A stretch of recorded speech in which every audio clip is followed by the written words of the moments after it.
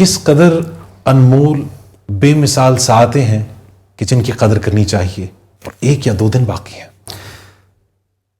بسم اللہ الرحمن الرحیم، الحمد للہ والصلاة علی آلہا۔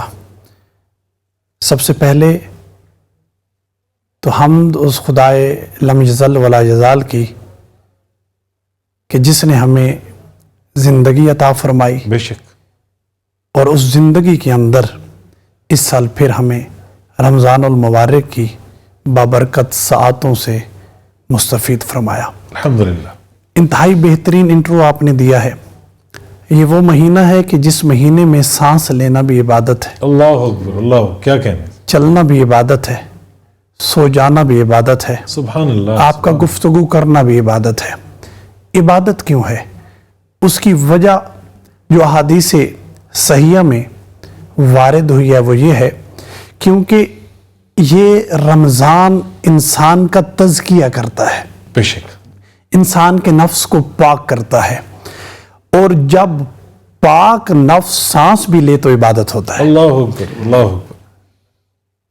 حدیث مبارکہ کا مطالعہ کرنے کے بعد بندہ اس نتیجے پہ پہنچتا ہے کہ جس طریقے سے نماز انسان کو بہت ساری آلودگی سے محفوظ رکھتی ہے، رمضان بھی اسی طریقے سے ہر ایک کو اس آلودگی سے دور کرتا ہے۔ میں آپ کو، کیونکہ آپ کا موضوع یہ ہے کہ وداع ہو رہا ہے، رمضان جا رہا ہے، اور آج ہم گفتگو کوئی ایسی کریں کہ رمضان کے اندر جو کچھ ہم نے حاصل کیا ہے وہ اگلے سال تک باقی رہے۔ ماشاءاللہ، تو اگر ہم اسے باقی رکھنا چاہتے ہیں، نمازیں جو ہم نے ماہ رمضان میں پڑھی ہیں، روزے جو ہم نے ماہ رمضان میں رکھے ہیں، قعود و سجود جو کیا ہے، سحر و افطار جو کیا ہے، اس کے اثرات باقی تبھی رہیں گے جب ہمارا نفس پاک ہوگا۔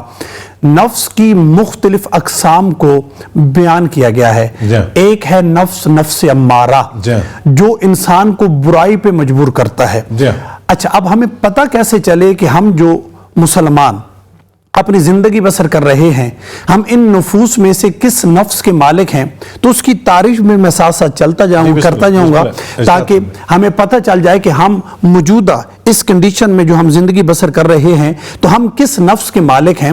تو نفس امارہ ایسا نفس ہے کہ انسان گناہ کرتا ہے اور وہ گناہ کو گناہ سمجھتا ہی نہیں، وہ اس کو اپنا رائٹ سمجھ کے بجا لاتا ہے۔ تو اگر کوئی بندہ اپنے نفس کے مطابق گناہ کرے اور اسے گناہ نہ سمجھے تو اس کا مطلب یہ ہوا کہ وہ نفس امارہ کا مالک ہے، اس کے اوپر شیطان غالب ہے، رحمان غالب نہیں۔ پھر علماء بیان فرماتے ہیں، علماء عرفان، کہ جو بندہ اپنے نفس امارہ پہ کنٹرول کرتا ہے، محنت کرتا ہے، قابو کرتا ہے اور اپنے نفس کی مخالفت شروع کر دیتا ہے، تو اس کے بعد، محنت کے بعد، اللہ اس انسان کو پھر نفس لوامہ میں تبدیل کر دیتا ہے۔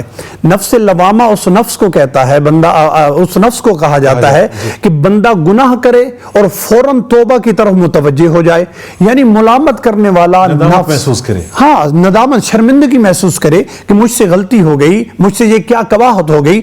یعنی اگر گناہ کرے اور گناہ کے بعد توبہ کی طرف متوجہ نہ ہو تو نفس امارہ ہے، گناہ کرے اور گناہ کرنے کے بعد شرمندہ ہو جائے کہ مجھ سے گناہ ہو گیا، میرا رب مجھ سے ناراض ہو گیا، فوراً اپنے رب کی طرف متوجہ ہو جائے، ہاں، ضمیر اسے ملامت کرے، وہ شرمندہ ہو جائے، اسے کوئی چیز اچھی نہ لگے، اسے فیل ہو کہ میں نے کچھ غلط کر دیا ہے، مسترب ہو جائے۔ ہاں بالکل، اس کا بھی بہت زیادہ اجر بھی ہے، اور مثال کے طور پہ اگر اس نفس پر بھی ہم پہنچ جائیں تو یہ بھی بڑا کمال ہوتا ہے۔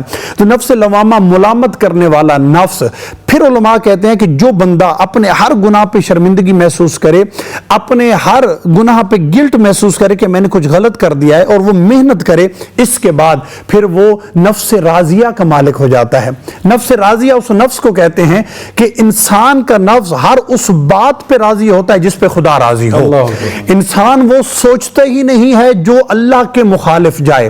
آپ نے دیکھا ہے، ہم اکثر منبروں سے بیان کرتے ہیں، اور آپ نے سنا بھی ہے کہ ہم امیر المومنین علی کے حوالے سے کہتے ہیں کہ ان کی آنکھ عین اللہ ہے، ہاتھ ید اللہ ہے، زبان لسان اللہ ہے، یعنی کہ اللہ کی آنکھ، اللہ کی زبان، اللہ کا کان۔ تو علماء نے لکھا ہے اس کا مطلب کیا ہے؟ علی کی آنکھ عین اللہ اس لیے ہے کہ علی کی آنکھ اس طرف دیکھتی نہیں جہاں اللہ نہ چاہے، علی کی زبان وہ بولتی نہیں جو اللہ نہ چاہے، علی کا کان وہ سنتا نہیں جس کی وجہ سے اللہ ناراض ہو جائے۔ اس کا مطلب یہ ہے کہ آج بھی ہم اپنی آنکھوں کو، اپنے کانوں کو، اپنی زبان کو اللہ کے تابع کر کے اپنے آپ کو اللہ کے قریب کر سکتے ہیں۔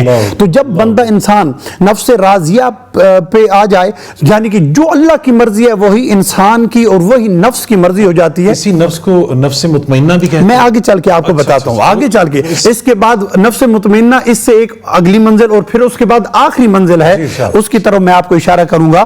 تو وہ اس کے بعد جب بندہ نفس راضیہ پہ کنٹرول کر لے، پھر علماء کرام نے لکھا ہے انسان کو اللہ نفس مرضیہ عطا فرماتا ہے۔ نفس مرضیہ اس نفس کو کہتے ہیں کہ جو بندے کی مرضی ہوتی ہے پھر وہی خدا کی مرضی ہو جاتی ہے، یعنی کہ اللہ انسان کو محنت کا اجر عطا کرتا ہے۔ اس کے بعد ہے نفس مطمئنہ، جس کے متعلق قرآن مجید میں بھی آیا تھا کہ ارجعی الی ربک راضیۃ مرضیہ۔ ٹھیک ہے، امام حسین علیہ السلام نے اس آیت کی تلاوت کی تھی کربلا کے میدان میں کہ جب اپنے بیٹے اکبر کے سینے سے برچھی نکال لی، اصغر کے گلے سے تیر نکال لیا، اپنے بھتیجے قاسم کے ٹکڑوں کو چن لیا، اپنے بھائی عباس کے کٹے ہوئے بازو اٹھا لیے، اپنے دوست، اپنے بھائی، اپنے رشتہ دار سب کچھ لوٹا کے پھر حسین نے کہا کہ اے اللہ، پھر اس وقت اللہ نے کہا کہ اے حسین تو نفس مطمئنہ ہے۔ مطمئنہ نفس کس کو کہتے ہیں؟ مثال کے طور پر ہم اللہ کی راہ میں کوئی چیز دیں اور دینے کے بعد پریشان ہو جائیں تو اس کا مطلب ہے کہ ہم مطمئن نہیں، اور ہم اپنے بیٹے اللہ کی راہ میں قربان کر کے پھر ایسے مطمئن بیٹھے ہوں کہ جیسے ہوا ہی کچھ نہیں، اس کو کہتے ہیں نفس مطمئنہ۔ اور حسین ابن علی نے اپنا سب کچھ اللہ کی بارگاہ میں قربان کر کے اس طریقے سے علماء نے لکھا ہے، بلکہ میں آپ کو ایک روایت کرتا ہوں کہ ایک ایسا شخص تھا جو کہ تھا یزید کے لشکر میں، وہ تھا صحافی اس لیے تھا کہ وہ دیکھنے آیا تھا کہ یہ جنگ ہوتی کیسے ہے، وہ تھا یزید کی طرف سے صحافی۔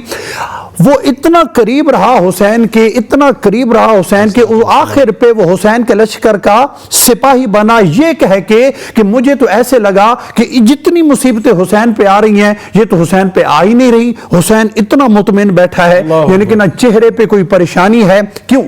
پریشان وہ ہو جو دیکھ کے اسے یقین نہ ہو کہ مجھے ملے گا یا نہیں۔ حسین تو دیکھ کے اللہ کی بارگاہ میں وہ سب کچھ دیکھ رہے تھے کہ اللہ مجھے عطا کیا کرے گا۔ تو عزیزان محترم، میں اپنی بات یہ جو ابھی ہے اس بات پہ ختم کرتا ہوں کہ اسی طریقے سے یہ جو روزہ ہے یہ آپ کو للہیت کی طرف لے جاتا ہے، یہ آپ کو روحانیت کی طرف لے جاتا ہے، یہ بھی آپ کو اطمینان دیتا ہے۔ کیسے اطمینان دیتا ہے؟ مثال کے طور پر ایک چیز آپ کے لیے حلال ہے، آپ اس لیے نہیں کھائیں گے کیونکہ آپ پریشان ہو جائیں گے، کیونکہ اگر میں نے یہ کھا لی تو پھر وہ ناراض ہو جائے گا۔ تو اب بھوک آپ کی شدت میں اضافہ اس لیے نہیں کر رہی کیونکہ آپ کا دل بھی مطمئن ہے، آپ کا شکم بھی مطمئن ہے۔ مطمئن کیوں ہے؟ کہ اللہ کی طرف سے اس کا اجر ہے، اللہ کی مرضی نہیں ہے کہ آپ اس کو کھائیں، اللہ کی مرضی نہیں ہے۔ یعنی کہ آپ یہ دیکھ لیجئے کہ ہم حلال کو اپنے اوپر حرام کر لیتے ہیں، سحر سے لے کے افطار تک ہوتی حلال سے تو بچنا پھر آسان ہو جانا چاہیے، بہت آسان ہے۔ میں یہی تو آپ کو بتا رہا ہوں،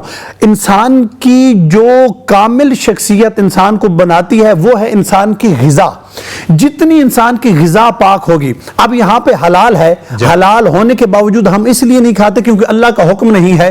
اسی طریقے سے ہر وہ غذا جو اللہ کے حکم کے منافی ہو، اگر ہم اس کو اپنی زندگی سے نکال دیں تو پھر ہمارے اندر کیا آ جائے گی؟ روحانیت آ جائے گی، ہم بھی اللہ کے قریب ہو جائیں گے۔ اگر آپ کے پاس وقت ہے تو میں یہاں پہ ایک واقعہ منشن کرنا چاہتا ہوں کہ علماء عرفان نے روحانیت کے حوالے سے سب سے مرکزی بات جو کی ہے وہ غذا کی ہے کہ آپ کا جتنا شکم پاک ہوگا اتنی آپ کی دعا میں اثر ہوگا، اتنا ہی آپ کی عبادت میں لذت۔ ہم اکثر کہتے ہیں کہ ہم نماز پڑھتے ہیں اور ہمیں وہ لطف نہیں ملتا جو کہ نماز سے ملنا چاہیے۔ بھائی ہمارا شکم اگر حلال سے پر ہو تب نماز ہمیں لطف دے گی۔ صاحب میں یہاں پہ ایک ضمنی سوال یہ کرنا چاہوں گا کہ دن بھر ہم بھوکے پیاسے رہے اس لیے کہ اللہ کی مرضی نہیں ہے، حلال اشیاء بھی ہم نہیں کھا رہے، لیکن شام کو سود کے مال سے افطار کر رہے ہیں، یہ ایمان کی کیا صورت ہے؟ یہ